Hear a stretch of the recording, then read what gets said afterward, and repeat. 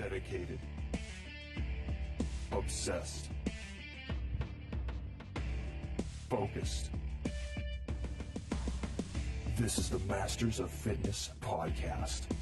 Welcome back to episode 20 of the Masters of Fitness podcast.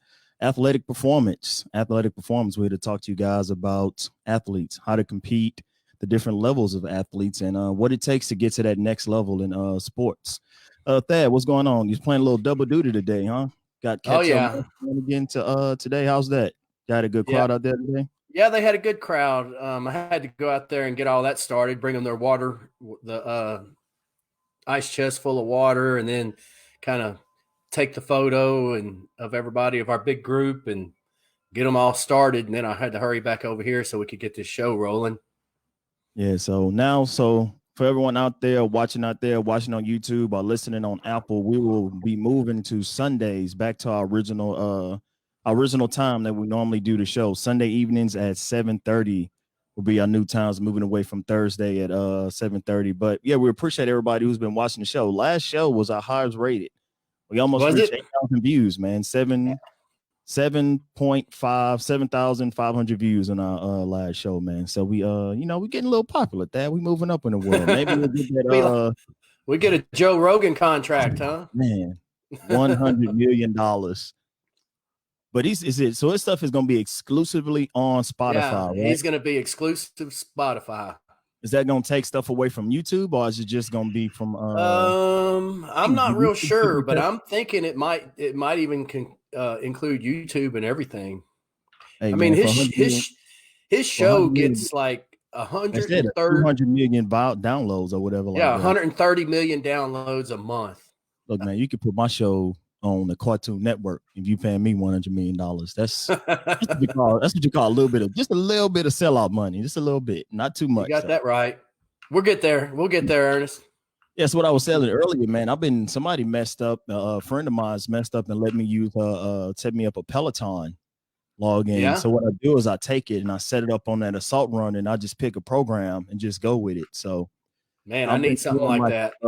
It's like a 45-minute interval run thing. You just run your sprint intervals, then you break off. I might jump into, as I get deep into this Ironman training, they have a program, a marathon program that you can set up and a lady will run with you while you're running on your treadmill. So that's probably going to be a good one to pick up. So that's a really good app. I'm very surprised how much they have on that actual app. It's good value for $40 a month, but yeah.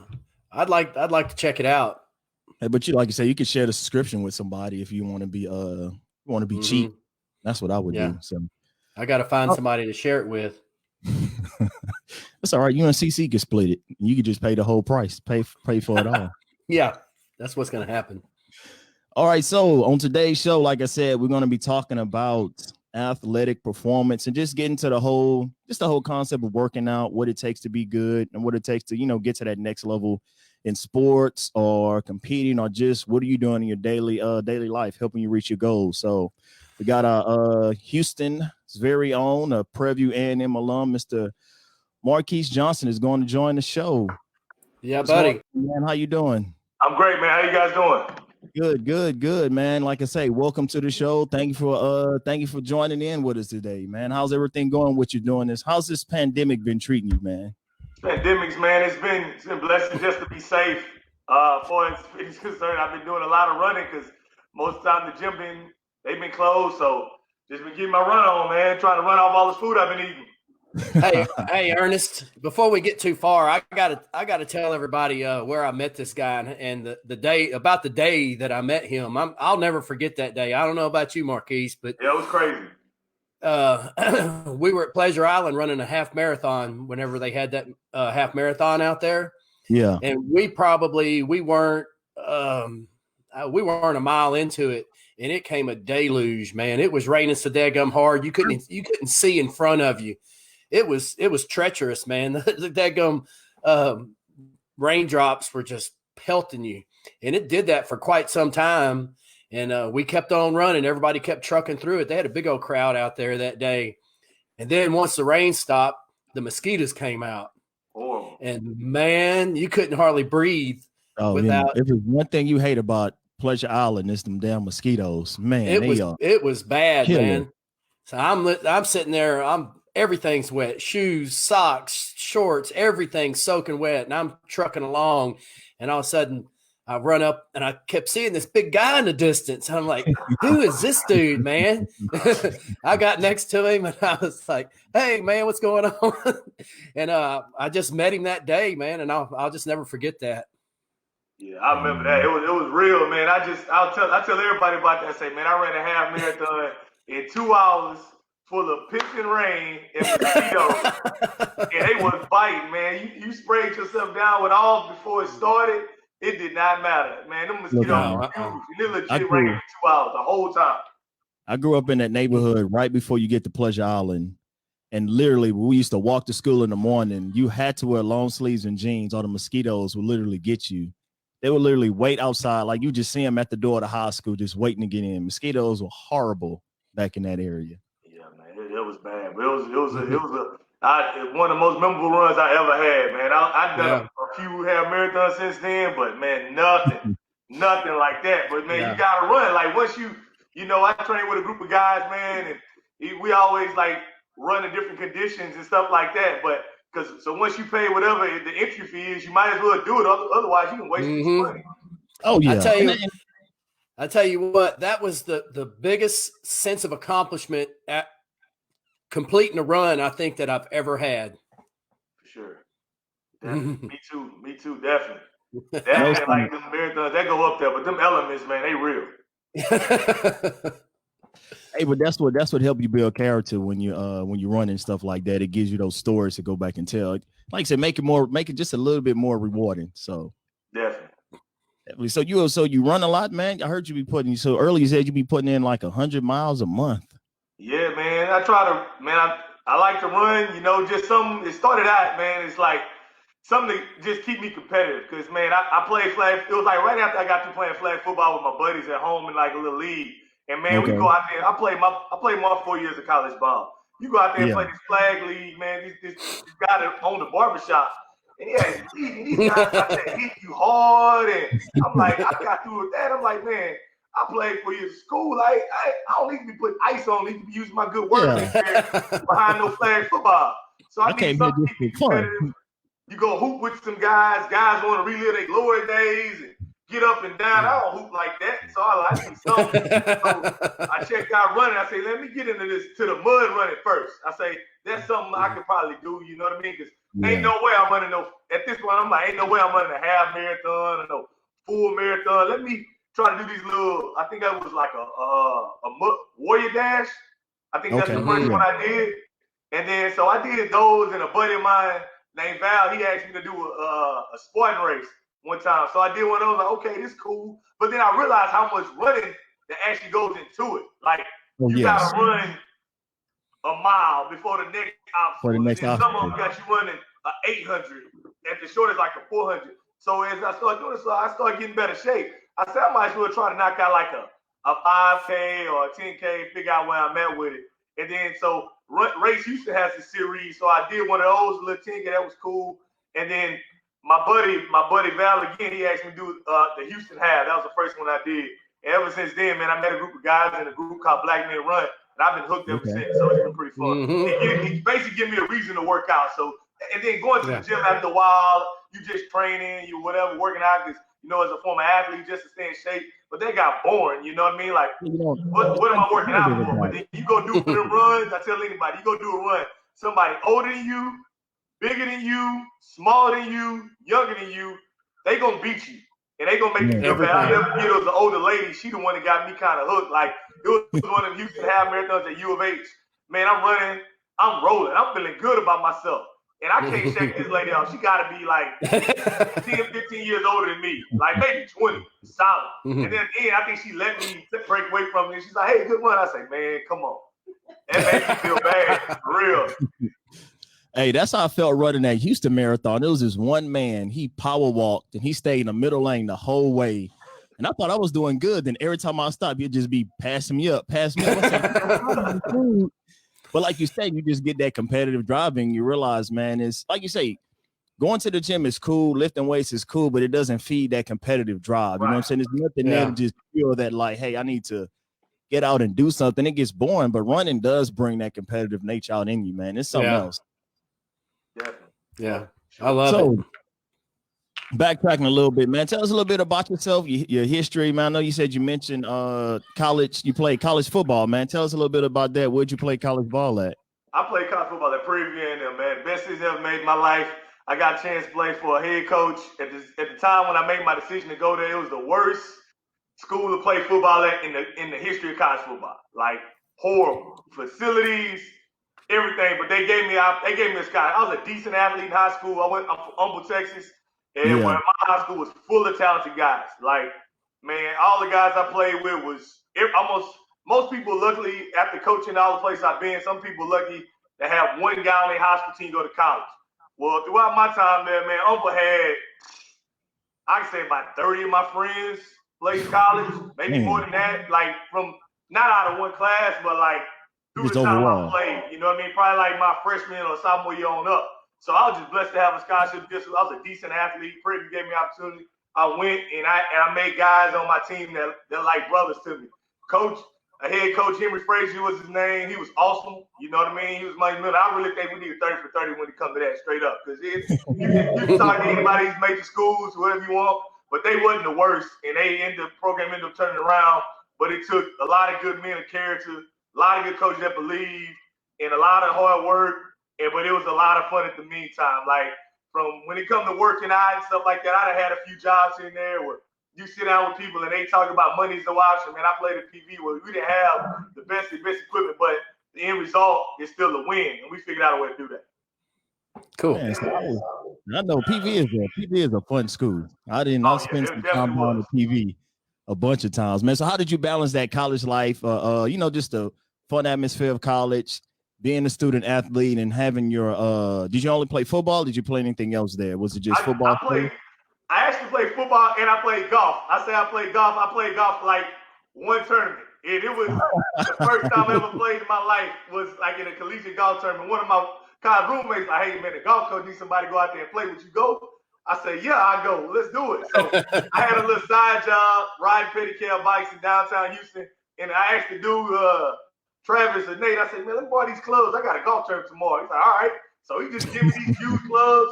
I drive down to PV one Saturday morning, and here we go. We ride. We get out there, and I play golf. So that was pretty fun. I like to play golf. I'm terrible at it, but I do like to play. So let me get this straight. Your roommate was on a golf team and said they needed somebody just to play.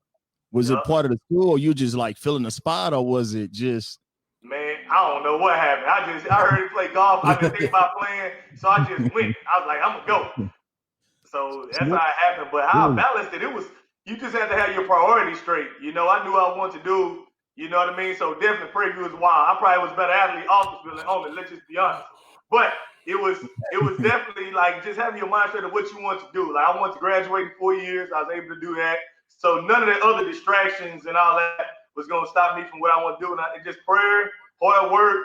I had coaches that stayed on me, on top of me, definitely, man. Coach P, Coach Brandon, Coach Frazier, them guys, they was always on you for if you missed something, if you didn't do what you're supposed to do, they was always going to hold you accountable. So I didn't want to let them down. And then my parents, man, my mom and dad did not play. Like, they made sure academics was a priority. So no matter how much recklessness or whatever we did for fun, it never got in my way of getting A's and B's and make sure I had good grades, make sure I went to show up practice on time, because I could not lose that scholarship. Man, I'm barely blessed to get a scholarship. I refused to lose it on something crazy, anything. You know what I mean? Like whether it was girls or academic, that wasn't gonna happen with me, man. So it was a blessing. Man, that's crazy how you see college athletes who had these full rides and just blow it. You're like, man, what are you doing? You had a shot at a free education. It's like not too many people get that opportunity. For sure. I think that it goes back to me where I'm from. You know, growing up in Humble, it was very competitive. So a lot of guys at the collegiate level don't like to compete.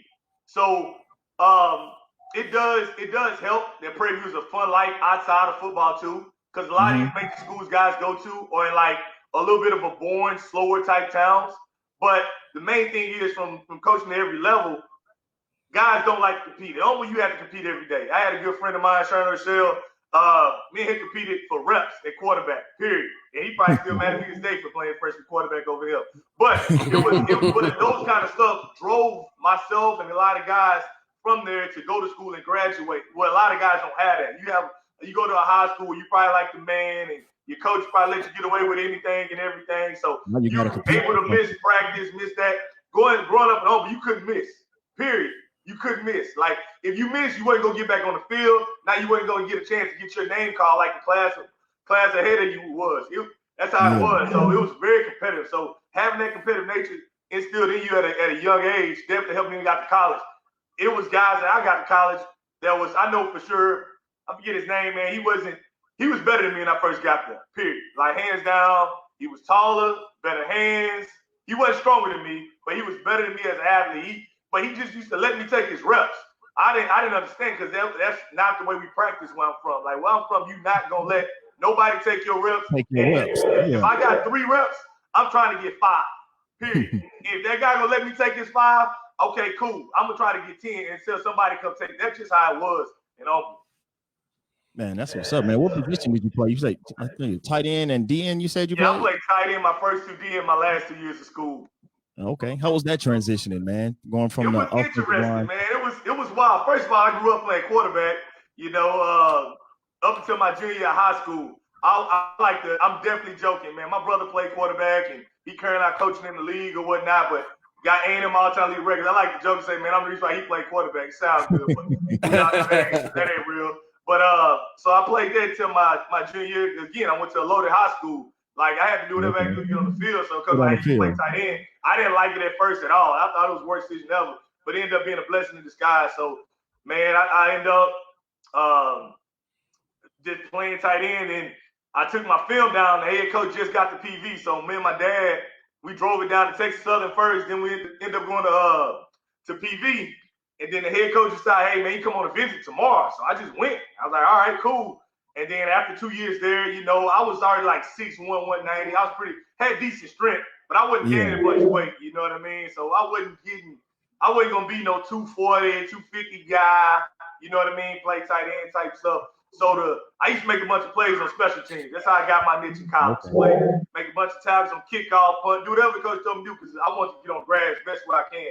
And so the defensive coordinator asked me, he said, hey, you can come put your hand in the dirt, come rush the passer for me. I was like, all right, cool. So I did it. And then it was a blessing in disguise there too. You know what I mean? I played behind a guy named Hollywood. We called him Hollywood. And he ended up playing in the league a little bit, come from PV. He had a bunch of sacks. And I played for a very good coach. I don't think he gets the credit he deserves. Coach Brandon, he taught me how to use my body. And he stayed on my case big time with that because I was looking like a fish out of water. Trust me. Like, I didn't know what I was doing over there. First time, I never played defense like that in high school. I wasn't just the most aggressive head knock in high school at all. But I got over there, Coach Brandon. He instilled that confidence in me, and I ended up having a decent career. Started like half the season my senior year. And it was fun. Man, that's what's up. So a lot of guys going into, like you said, you went to your junior year, you made that switch, right, to defensive line? Yeah. So what kind of – I know you said you had that mindset that you just want, like you said, you just want to compete. You want to get out on the field. Now it's an opportunity for you to get out on the field. A lot of that is missing in a lot of athletes. A lot of guys you hear just, hey, once they get challenged, they out. Or once they get their position away, they out there. They're not willing to put like you say, put your hand in the dirt. So what kind of drove you to have that mindset? What drove you to just say, hey, I want to compete no matter what it is. I'm just gonna get out here and get it done. Man, Papa wasn't gonna get it done. You know what I mean? I can cry, I can be word moan if for lack of better terms, that wasn't going to get it done. You know what I mean? Okay, I cry, act, or let's say what most guys do. I've been in a situation as a strength coach, you know what I mean? Helping kids out with it, whatever. Hating on the guy in front of me, that's not going to get it done. You know what I mean? I have strong faith in God, and I believe he makes things happen for a reason. And I always tell people, God ain't going to bless no haters, straight up. So if I'm hating on the man in front of me, how is that going to help me? All I can do is just play up the cards I'm dealt and just go to work. And that's all I did. It wasn't, did I like it? No. I ain't like it at first. Like, man, why they keep moving me? But it ended up being helpful, I didn't cry about it, and I quit not gonna help none. I wouldn't have no degree. What I'm gonna go home and do? what I'm gonna tell my people, my dad wasn't gonna have that. He wasn't gonna have me. I quit because this other guy in front of me, the coaches moved me. Well, I'm in college number one. I was at this point, I went to Prairie View, man. I'm 6'1", 190. But maybe I make about 200 pounds. I know I'm not gonna go to the league, or even if I was, like, it just that's soft. Like, straight up. Like, if you like that, you're soft. And I'm with that type of, I wasn't soft with it. And I accepted the challenge, and it was a blessing. Like, I talk to my position coach all the time. I probably talk to him at least twice a week.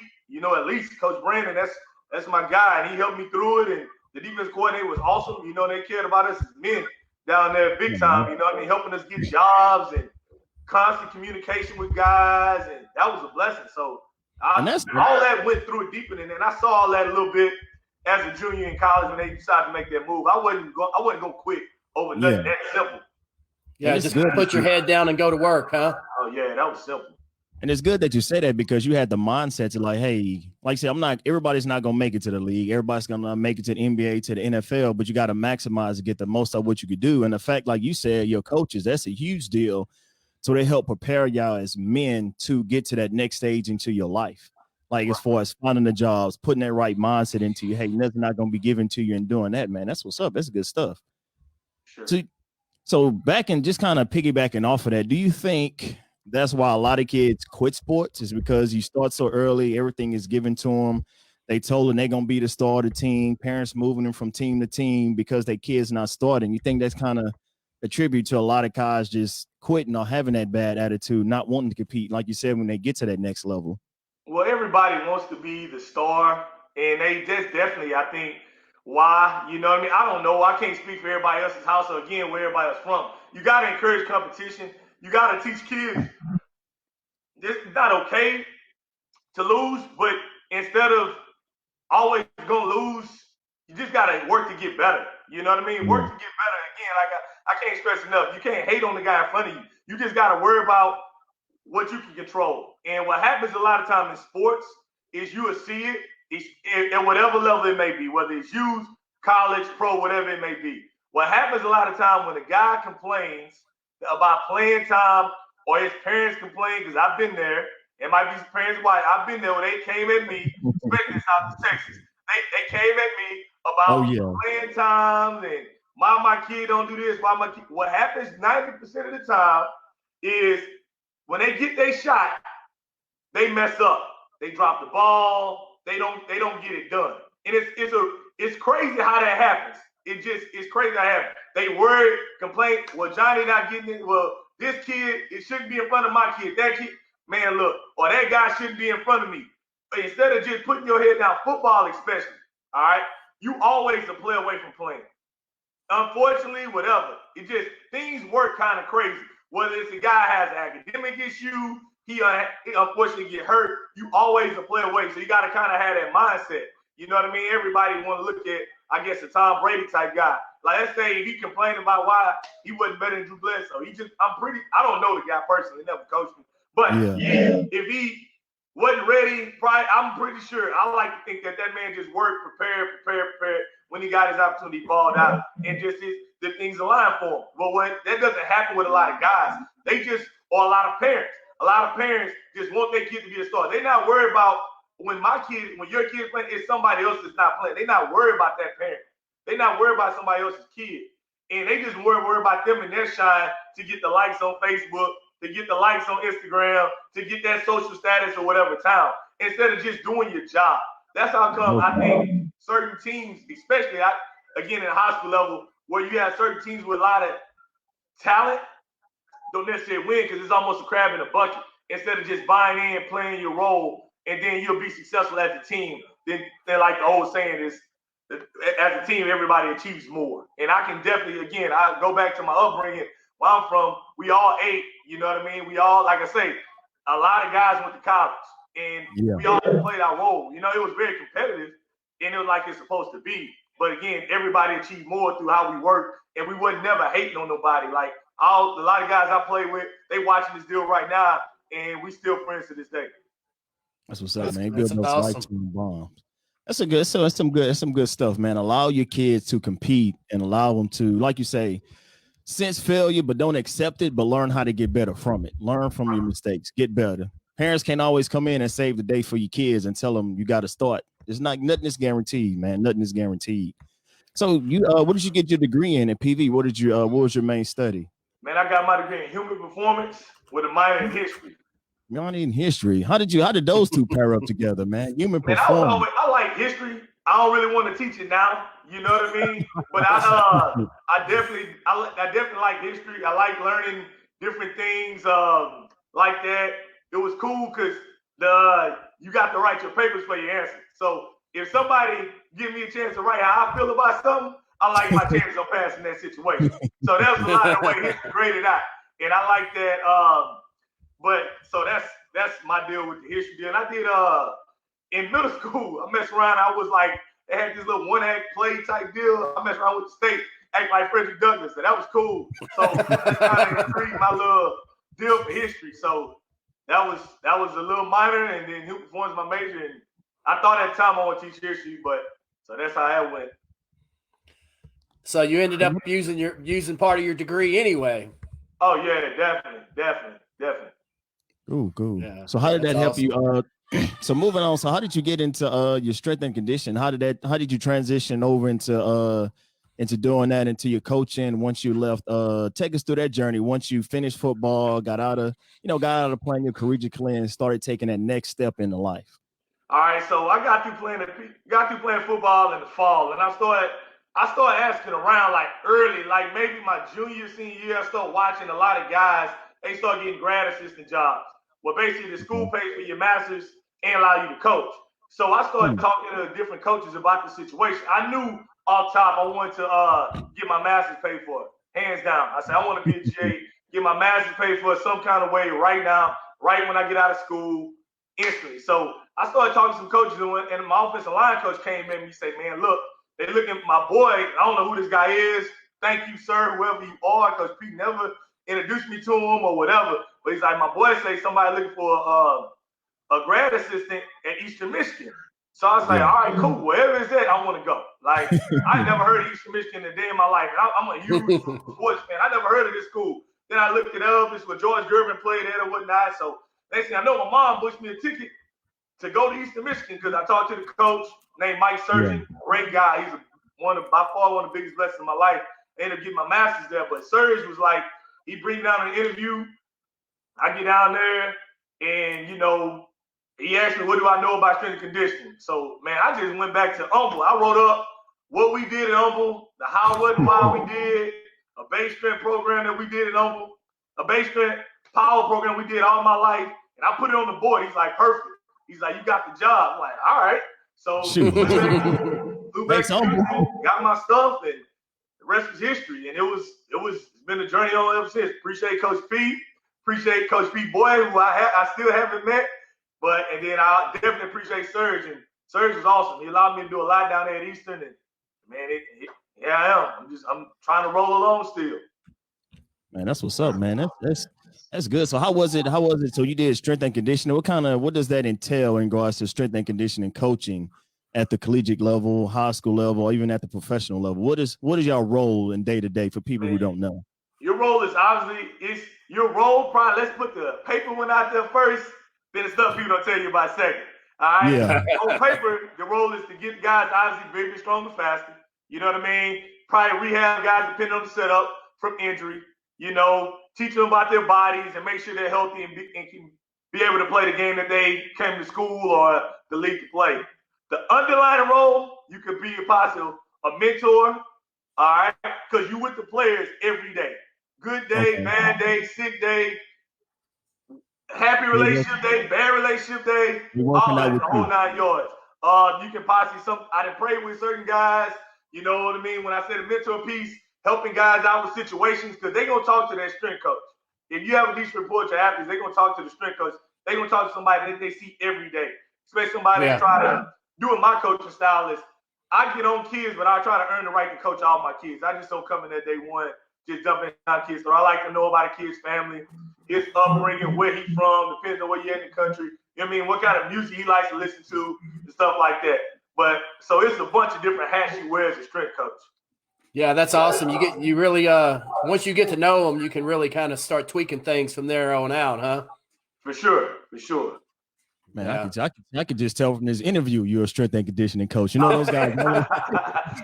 Well, I mean, that's what you want from your strength. You want somebody that's gonna motivate you, somebody that's gonna get you going, somebody that's gonna keep that, light that fire up under when you need it, man. That's what's up. So you just kind of create your own programs when you do it, or you just kind of do your own research, or All right, early on, when you first starting, you like when I got there at Eastern, you do the program. If you're not the head, you're working. You're gonna do the head guy's program. Whoever the head guy is, you're gonna do his program, and you're just gonna be there to assist. Whether that's and it's whatever it may be. It may be setting up because a lot of times you setting up the weight room for different things so it can flow right. You cleaning up, you breaking the stuff down, let all the guys use it. You cleaning up equipment, sweeping floors, wiping the benches, doing whatever you need to do. But then as you get your own teams, the way I was fortunate to have my own teams, you just look at the team and just the movement. You do a movement analysis on what the sport needs. You know what I mean? Obviously, football needs something, basketball needs, baseball needs something, that football don't need, so on and so forth. So you do your research on the sport. Then you really sit down with the head coach and figure out their goals of their team. So what mantras you want to use, what sayings, how you want to play that, what things they like. You know what I mean? Things they don't like. That's a big deal, especially after I learned a lot, especially getting a chance to work at a smaller school like Eastern. It was cool because when I first got there, you assist with everybody. All right, you assisted with, you had a head guy, you had an assistant, you had a first year GA, you had a second year GA, and a first year GA. And so I got to learn a lot from everybody I got to work with before I got to take over my own teams. And then once I got to have my own conversation with head coaches, I put together a plan of research that I've done and things that the head guy taught me. And then what I have to do is I have to present him the plan that I have, and he okays it and he checks it. Then I'm able to do it with my athletes. Cool. So, how long have you been doing this now? I've been doing this now since 08, 12 years, something like that. 12 years. Yeah. So, have you noticed, in the last 8 to 10 years or so, how functional fitness, like CrossFit type stuff, has kind of gotten really, really popular, and it's proven this stuff works. Have you seen like a change from the way you did it, like from the very beginning to now? As far as the progression of just the way things are going? I think CrossFit is great, but you see a small change, different guys like do different things. That's more, I think, at the pro level where certain guys might come at you like, hey, I do CrossFit in the off season. Okay, cool. Mm-hmm. But usually I think CrossFit is a very high level. You got to teach it.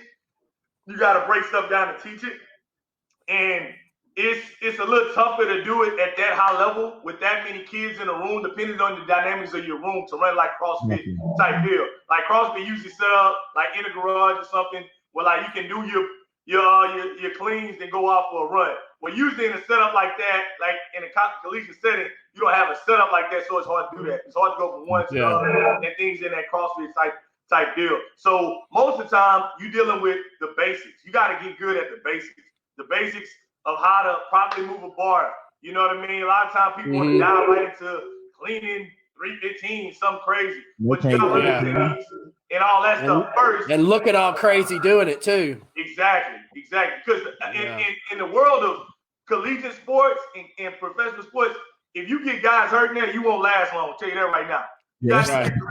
So you got to take your time, and you can't get kids hurt and stuff like that, especially at that collegiate level. High school, they look at you, I don't want to have it on my heart, but you got to take your time and teach stuff and just teach. Well, that's with a stick for the longest until that kid gets it, and it's a slow progression, not go fast. When you go fast all the time, you liable to get something hurt.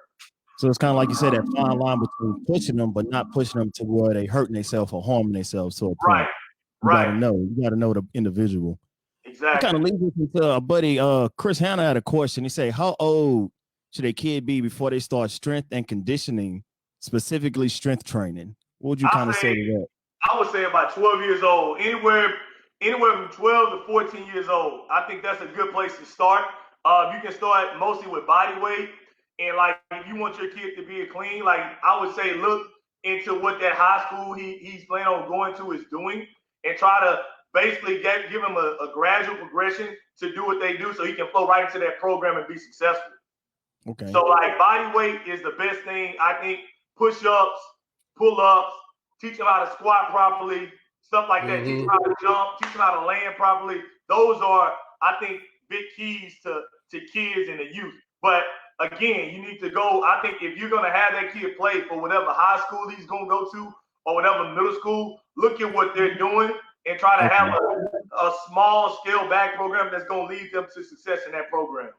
Cool. That's real good advice. Good advice, man. So some good stuff, man. Good stuff. So kind of leading to our next topic, kind of going to like the mindset of like the athlete. You know, you've coached at every level, high school, collegiate, at the professional level. So what's kind of the mindset of that high school athlete compared to the person who's going to succeed in college compared to that guy that's at the professional level? How does it take to transgress through each of those stages?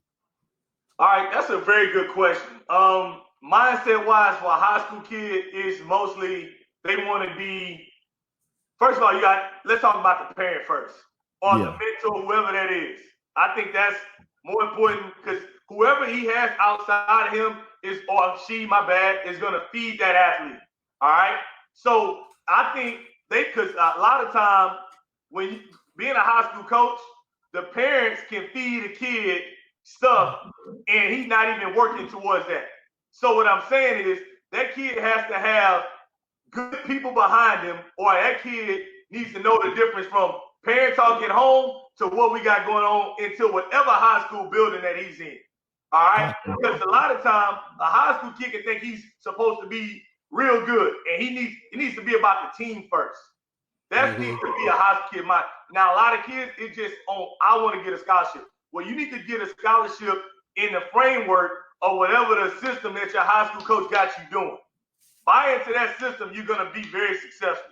Think about your team goal, all right, first, and then individual goals second, all right? But what are you going to do as an individual to help that team, okay? You can't say, I want my team to win, and I'm just okay with it. I'm not saying that. But no, if you want your team to win, you got to show up to stuff on time. You got to work hard on time. And then try to get the people that's around you, your parents, auntie, grandma, whoever's raising you. Maybe it's the streets. Maybe it's the neighborhood. I don't know. I done coach kids of all aspects. Get them around you to understand your goal and that team's goal, then you're going to be successful. When a cat gets to college, he has to understand that he has to be ready to compete because there's grown men there. All right? I'm sorry. I respect a lot of college coaches. I know what they got to do to feed their families by telling guys, hey, you're going to start when you get here. The biggest gift for a lot of kids, you're going to start when you get here. It sounds good, but bruh, if you got a ma'am, there's going to be a grown man there. By this day and age, there's a lot of college kids, a lot of male or female, they got kids and mouths to feed, or people at home that's taking their scholarship check if you're blessed to go to a school where they're giving out scholarship checks. So you got it's a very competitive environment. And if you're not willing to compete, you're probably not going to last there very long. All right. So you got to have your mindset. I'm ready. I got to compete every day. And probably from a strength and conditioning standpoint, it's probably going to be with a coach that's never met you because it's against NCAA rules for a strength and conditioning coach to flat out go recruit you. So understand this. That guy, that strength coach that's yelling at you day one or trying to help you go to class or where he did not recruit you. So I'm sorry. And he might not have an Instagram or social media account or a Twitter account that follows you with your million views if you're working at a major Division I. So you got to understand that. So your mindset needs to be to compete. Then you happen to compete, you got to stay competitive and never settle. Don't settle, okay, you the best guy at whatever college, whatever Division I school, whatever, if you in the SWAC, whatever it may be, you the best guy here. Okay, but it's somebody else that's probably better than you and never settle. You just never settle.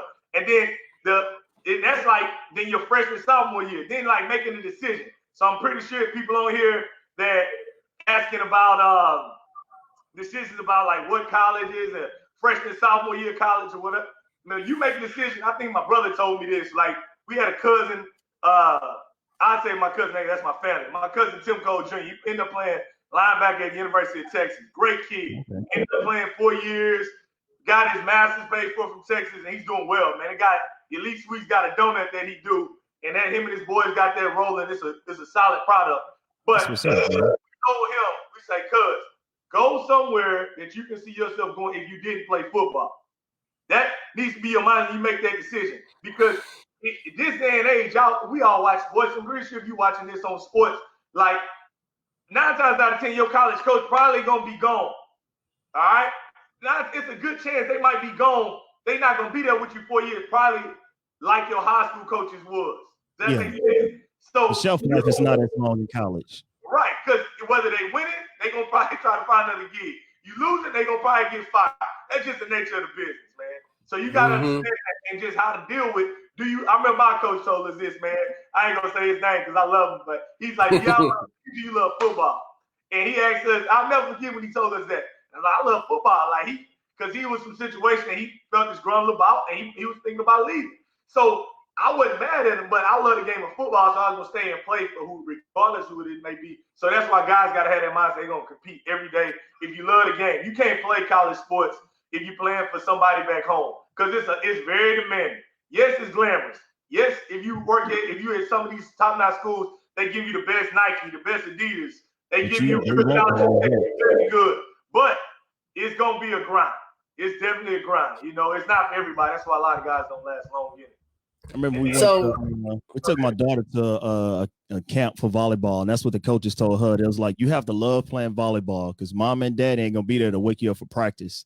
You gotta want to get up, go to practice. You're gonna have to want to do your schoolwork. You're gonna have to want to come to workouts. You're gonna have to want to watch film. It's not, it's not mama waking you up, driving you to practice. It's your mindset. You have to want to do this. So that's what's up. So, like moving from the collegiate sports to the professional level, like you coached for the 49ers, correct? Right, I was with the Niners for 2 years. So, how do you deal with those guys? Have got to have some pretty good sized egos to make it that far, huh? Well, the thing is, they some do. You know what I mean? They're men. At this point, they're men. You're not dealing with a child, or it's not as much as mentorship as college and high school is. College and high school is very similar when it's come to that. You're teaching them how to train. You're teaching them. Now, sometimes, especially in the sport of football. You might have a guy like teaching them mindset-wise, hey, man, you got to get up and train. But at this point, he's making way more money than you are as a coach. You know what I mean? He's making a lot of money. He still needs somebody for guidance, but he has to understand that if you don't get it done, they're going to cut you. Yeah. So a lot of guys really don't have those egos. A lot of times people see these guy personalities on TV and think they're all this. No, when they're in that building, they're very humble. They're very humble. It's work, and it's like from the mindset of a coach.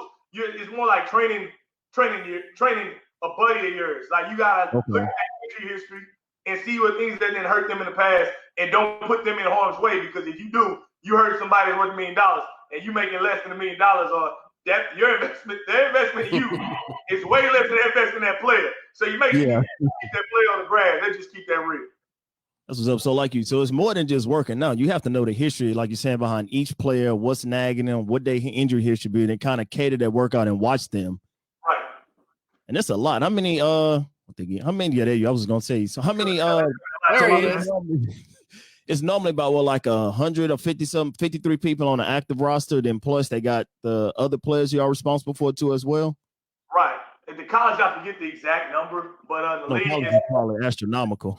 Yeah. And in the league, it's like most times it's like 63, something like that. You got 50 and active, and you got like the 10-piece squad cats. So, but you tell the workouts in, they have big groups. Usually it's not. It's already scheduled. Whoever the head coach may be, I was blessed to work for Kyle Shanahan, head coach. He was awesome to work for. And Ray Wright, thank God for Ray. You know, Ray was a great strength coach, over 20 years in the league experience, showed me a lot.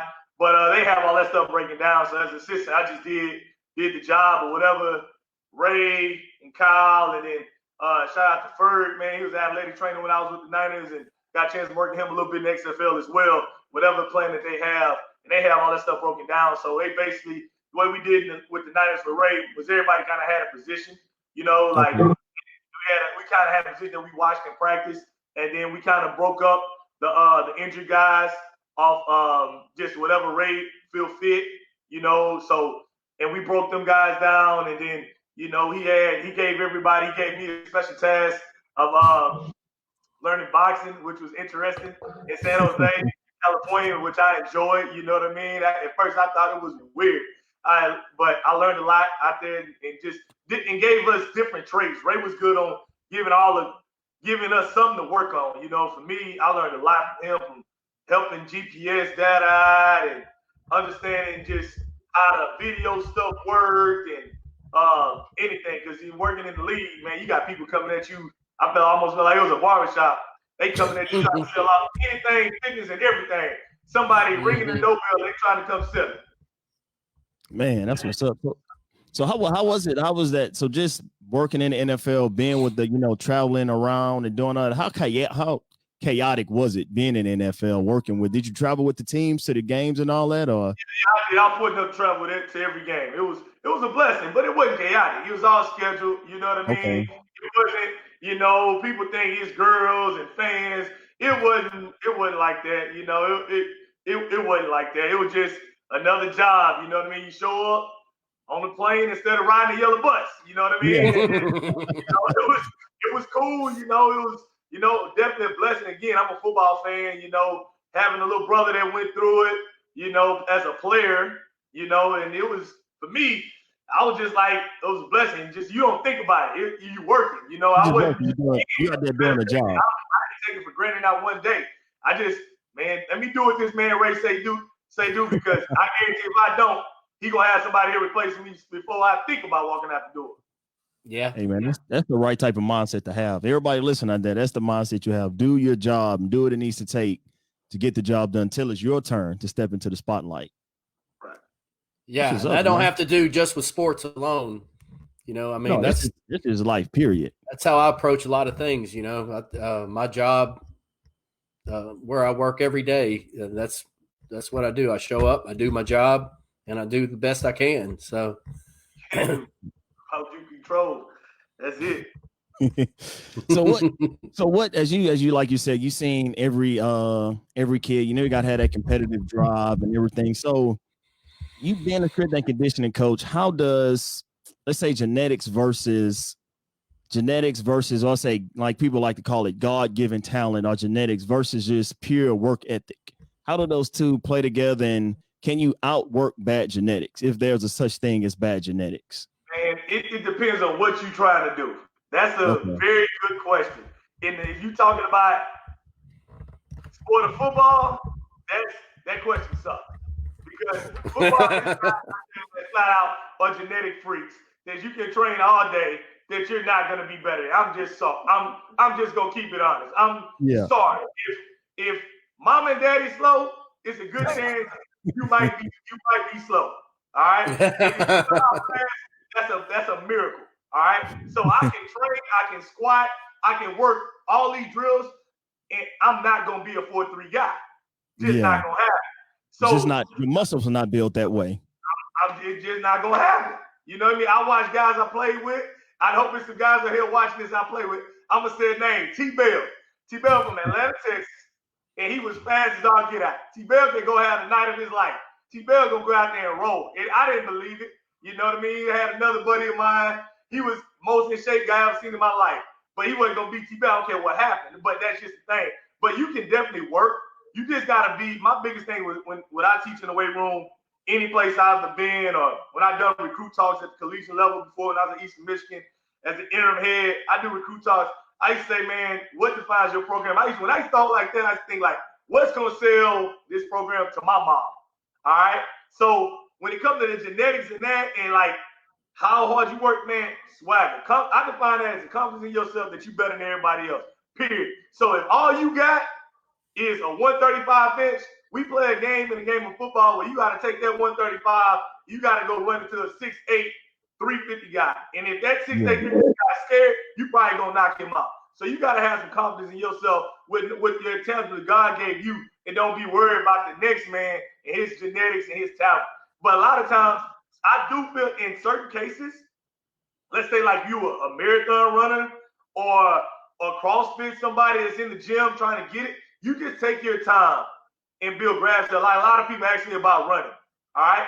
No, I'm not genetically built like a quote unquote runner. You know what I mean? I'm about 6'2", 220 pounds, most times, like anywhere from 220 by 226. The first thing I get is that reaction Dad gave. Like, man, that's the like, that's the biggest guy here. But it's something I mentally told myself I wanted, and I gradually worked at it. Like, I started with just 1 mile. I tell anybody, you trying to lose weight, get in the running, whatever. Just start running 1 mile. Just one. If you can run one, you know what I mean?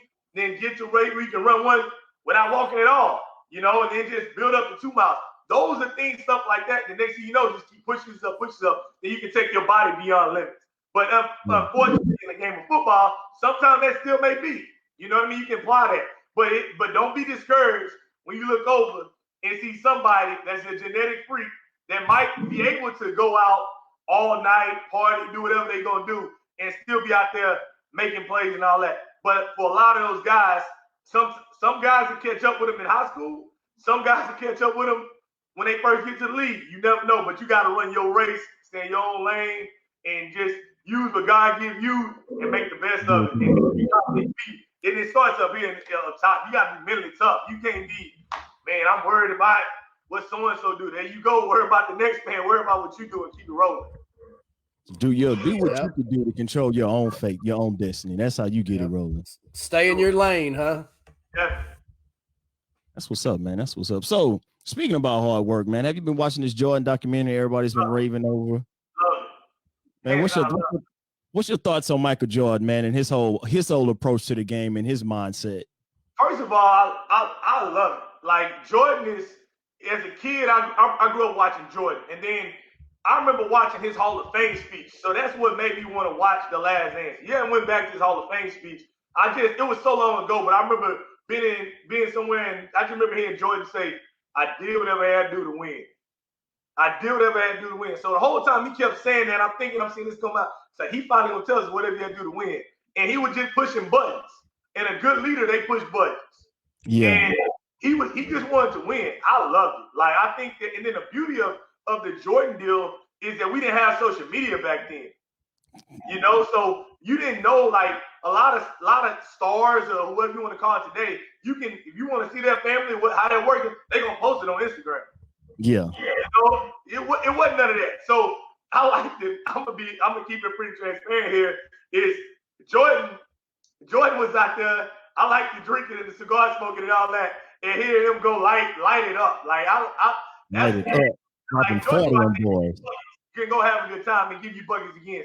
I've heard stories and all that from different coaches I worked with. And when somebody always had something to say about Jordan, I'm all ears. I'm glued. Like, what's up? They talking about Jordan, and because we didn't have social media back then to see what he talked about, what he dressed like. You know what I mean? Did he go out? Did he hang out? What his work ethic was. I remember watching some of Jordan stuff on VHS tapes. You know what I mean? My dad had, for whatever reason, when he got hurt. I remember he had the tennis shoes on in the pool, and we did first go to about fitness, and so I messed up a pair of Jordans to go get in the pool. The pool like Jordan. So, like, it's pretty good to see, you know what I mean, all that stuff these 20 years later. But I love it. Like, I'm a hands down fan of it. Man, Jordan put in that work, man. He was putting in that work. You always hear the stories about how competitive he was and everything. And I saw a thing on YouTube the other night where I think it might have been Kevin Garnett or somebody like that. They were the team that he was on. Garnett was young. He just now come in the league and all this. And he started talking smack. And the older guy, you see that? That older guy on the team was like, man. He was hyping up Isaiah Ryder to go drop points on Jordan. Yeah. No, and Ryder was like, man, that ain't me, Mike. I ain't saying that, Mike. And Mike ended up going off on their ass. Yeah. Jordan was, man, he was incredible. Like, I think that I'm not hating him. I love it. I love it. I just, you know what I mean? When you have that much respect, love him or hate him, you have to respect him, I think, because it's grown men telling these stories about another man that his size wasn't like, he wasn't 7 foot tall, and he wasn't just some freakish looking character. I mean, he was 6'6", you know what I mean, and long, but that's not like he's 7'5" and he's just doing something we've never just. And he did it with jump shots. I think that from watching that documentary series, I think the neatest thing that people, and I've been watching ESPN, that's all I ever watch, that people not talking about is how he played baseball. Like, to him to go play minor league baseball, you can't just go say, hey, I'm going to stop my day job. I'm going to go play with professional baseball players. Aspiring professional baseball players. You can't just say, in Jordan didn't have a story of like a Russell Wilson or any of these professional athletes that got drafted out of high school. If a cat like that say they got drafted out of high school and go play, I wouldn't even blink an eye. But this is just a dude, 31 or some years old, and like, hey, I'm gonna play baseball with these prospects. These guys not sorry. Like, it ain't like he just went play T-ball. He went to grown man pitching, and people say he wasn't that good.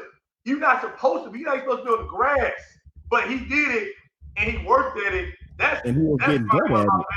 And it's like this dude went out there, and they say they had like a 13, 14 game hit streak to start. Yeah, that shows how good of an athlete he was. Like, it ain't too many people that can just say, "Hey, I'm gonna go do it. I'm gonna go play baseball."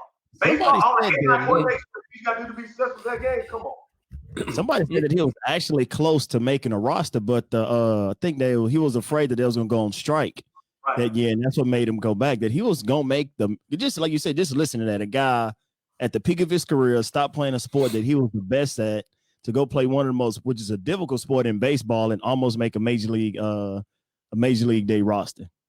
Freakish. You know, I had a guy I went to school with. He was 2 years behind me in school, and he went on to play some pro ball. And his team that he was on at the time played Jordan. And he was pitching. He was on the mound one night, my buddy was.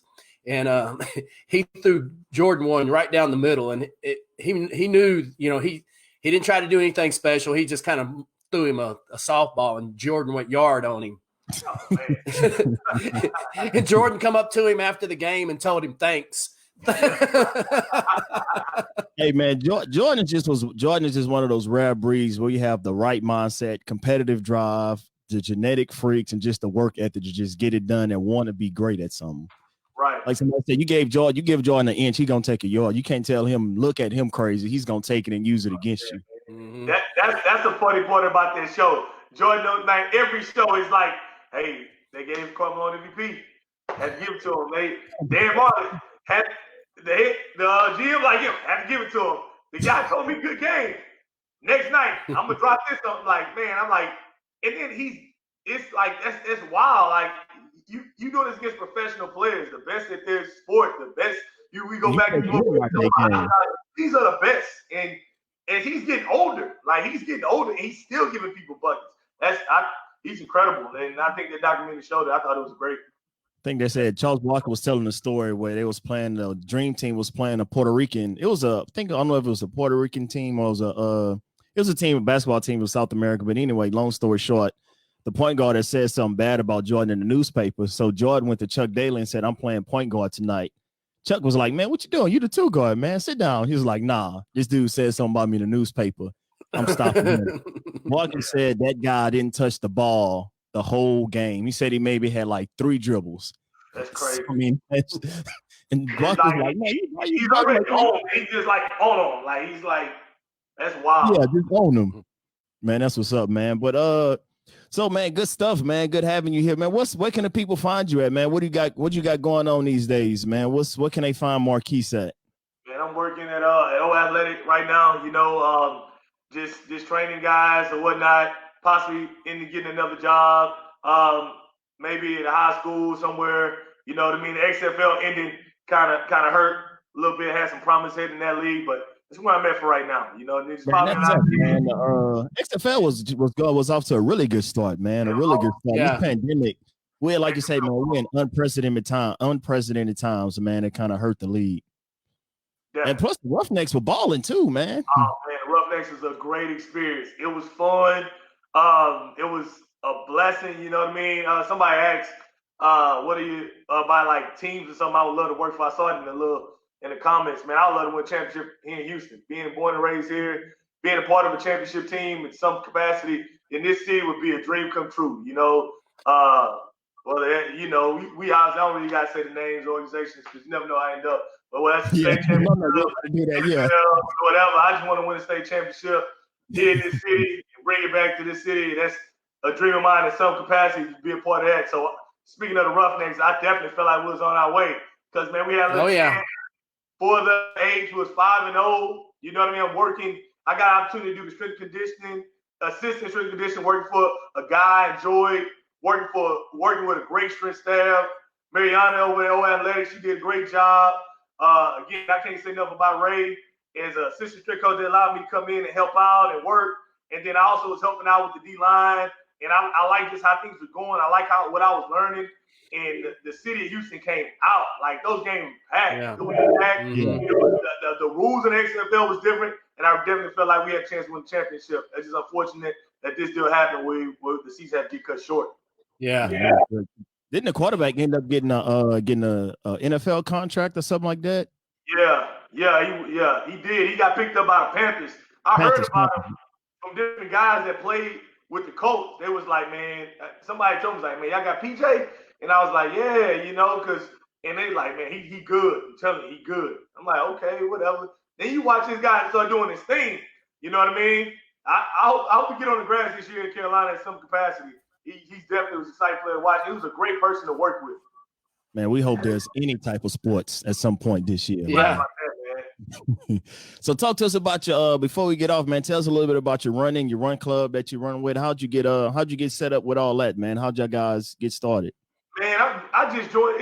It's called Black Men Run. Just a group of helping black guys helping out the community, brotherhood community, just encouraging people to stay in shape and get healthy. Man, they ran into me, after a run, after I think it's the Houston Half a few years ago.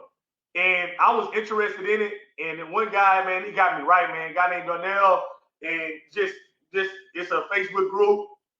And guys just get together. Obviously before the pandemic, we'd get together on like Saturday mornings and just go for a run. Anywhere from 3 to whatever, different guys training for whatever it may be. And just running. Just that simple. Not like a fee or anything like that. Nothing crazy, strategic. And just a community. With a guy, Jay, we run Houston. He has a pretty cool group that just getting people together and run. There's some different ones out there. I think there's one in Pearland and different ones are different around the city and around the state. And just to get somebody to compete with or just get pushed. So like they'll post different runs in the group. I'm like, man, I got to get on it. You know what I mean? And like, whether it's a mile, 3 miles, or just any kind of accomplishment to promote health and brotherhood. That's pretty much it. That's good, man. That's what's up, man. And that group is called, you say, Black Men Run. You can find them on Facebook. Is it a find them on Facebook, look online, blackmenrun.com. If you listen outside of the state, I'm pretty sure they're around the country. So that's the group I joined. And it's pretty cool because first a lot of runs, I'll be honest, you don't never see too many black guys running. And so it was pretty easy to check out. It is what it is. I don't know why I would have you, they think we're supposed to be sprinting, but I enjoy the long distance thing. And then what I learned about the running, man, is I learned that it's pretty successful people that run. Like you go to these neighborhoods and people that got a decent job, that have time to go train for a marathon, to go train for a 10K, So you meet people of all kind of backgrounds and different jobs, and I like to network. Like I met Dad. That's why I'm here. Because Dad, he's a great guy. I got a chance to train with him in Beaumont. But I remember my first marathon in Beaumont, the Gusher. I ran with a professor. I think he was a professor at UTSA. I ran with him the whole time. So you running that long, you running next to somebody, you gotta talk. I mean, so it's pretty cool. So just the amount of networking and different things like that is a cool group to be a part of. Yeah, I agree. I've met a lot of people, man, with, like you said, from all walks of life out there on running, different 5Ks and half marathons. And, it's a cool community. Definitely. Yeah, like you said, you make some friends quick when you're struggling on the back end of a long run. Definitely. Somebody say, man, come on, you got it. You can do it. You're like, yeah, I can do it. It's just working out by yourself or in a gym, and then or working out in an empty gym. And just then you get something. And then, we all from Texas on this deal, man. We good, The crawfish season, I'm eating my share. Trust me. So we gotta run that off, man. So I always know in the back of my head, hey, if I eat all this ice cream tonight, this blueberry, which I'm an addict, I can get up in the morning. I gotta run this off me tomorrow, otherwise it's gonna hold on to me. So it just kind of there you go. I like to live, man. I like to eat, like have a good time, and I also like to run, like to compete, and like the fellowship and camaraderie. Just meet different people from all walks of life. Just having a good time, staying in shape as well. Yes, sir. It's like what me and Thad always preach, man. It's like running is the simplest form, the purest form of fitness that you could do. You can get out there and go at your own pace. You can walk, like you say, get that first mile out the way. You can walk. It don't matter what the time is. Just get that first one out the way. Then start doing the second one. Walk, run, do whatever you want to do. It's something that you could get out and do, man. Yeah. That's what's up. And it's amazing what it does to your head. You know how you can get out there and think. You can come up with some really good ideas.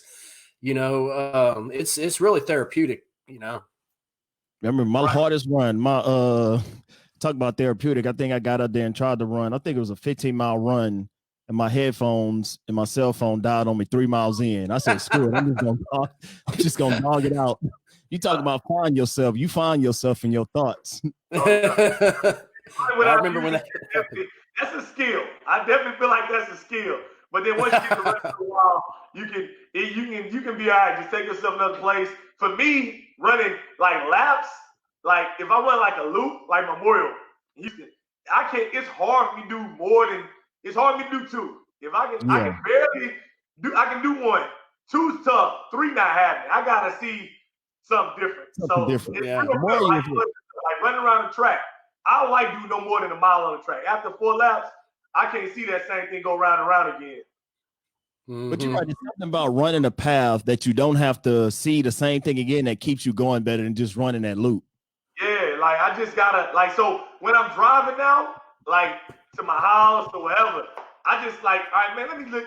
I bet that's a cool little route. Let me take that. Like you run in the Houston area, it's so many paths now that looks completely different when you running it or riding your bike or walking it that you can't see from the road when you drive it. So that's paths that go all kind of places, downtown, UHD. I mean, like the Heights, what's that, like Herman Park area. It's so many different avenues and different things you can see. But anywhere with a sidewalk, I'll be like, as I'm driving, like, man, that'll be a cool place to run. I bet from my place to over there, it could get me about 5 miles and back. Now that's 10. You know what I mean? Or just different stuff like that.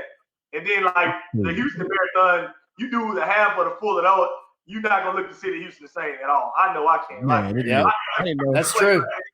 Different mile markers is, man, certain places like Galleria, that's like mile 15, 16. That's crucial. Hit Memorial, that's the back stretch. These legs about to die. Like, come on. I didn't know Houston had that many inclines in it. I was like, man, what the hell is going on? Tell me about them underpasses. Oh my goodness, man, it was fun. It was a good run, man. Like I said, I love running. Like I say, Thad, the one got me into running with those Cattail Marsh runs, man. So I seen an alligator out there one time. Oh yeah, man. Freak me out. There's a lot of them. They don't hurt you though. Freak me out. First time I seen an alligator in real life was out there. I'm looking for a different spot to run because in Beaumont you got the hike and bike. So I run from at the time I was working at Beaumont Westbrook. So I go over there and run, come back and say, man, I'm getting tired of running this. So I gotta run something different. I see the little Google that, and so I meet a guy, these two dudes out there, they're taking pictures of like the nature or whatever. And the dude was like, oh yeah, I haven't seen an alligator in like 12 years. I say, okay. So I get to running, by half a mile in, I see a huge gator. I sprinted back to my truck. I said, oh no, I ain't been back there. They won't hurt you. We run out there. We run out there every week. Especially when you get back off into where you get to that 3rd mile, when you get to make the loop coming back around, it's nothing but grass out there. It's a little sketchy. Y'all got that. Y'all got that. Catch me with some flag on the street, I might join you.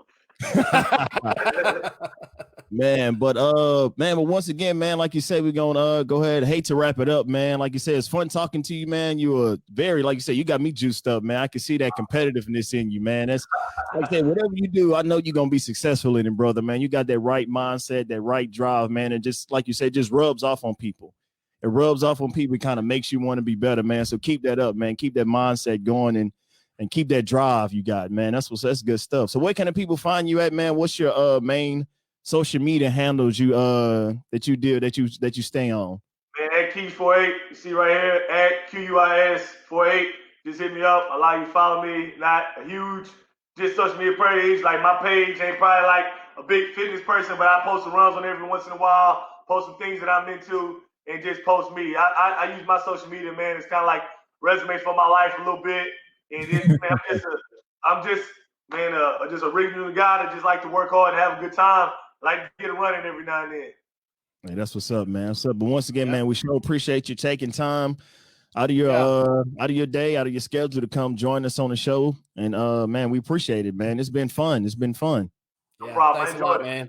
Thank y'all for real. Dad, appreciate you, man. Jay, appreciate you for having me. Appreciate you. So, like you say, thank you guys out there for joining the show. Remember to subscribe on Apple Podcasts, Google Play, Spotify, on mastersoffitness.com. Check out our YouTube page, man. We'll have this show up on tomorrow. Hopefully we'll have this show up tomorrow so you guys can go back, review it, watch it, man. Post some questions under the continue to post questions under the comments. We'll get to those questions that we missed today. And don't forget, we still have our Compete Everyday book giveaway we got going on. We got 6 more books to give away. If you want to get a free copy mailed to you, go ahead and subscribe to the Instagram page and subscribe to the YouTube page and tag 3 friends, and we'll get a book. We'll get the book mailed out to you, man. But Thad, you got anything left for the people, man? Man, I don't have a lot to say after all that. Marquis done got us all fired up. I'm ready to go out in the garage and hit my treadmill. I'm about to go. I might as go eat. Go get it in. I ate 2 cookies with my youngest boy, so I'm about to go get at least 20 minutes in on a salt bike. I got to close these rings on my Apple Watch tonight, man. I got to keep that up with all these workouts. And guys, don't forget the Cattail Marsh runs have started back up again. Right there. What time do y'all meet out there? Right now we're meeting at 6:30 every Thursday afternoon, and as the days get longer, we'll kind of adjust things, but we'll probably keep it at 6:30 for a pretty good while. And tonight was our first one, and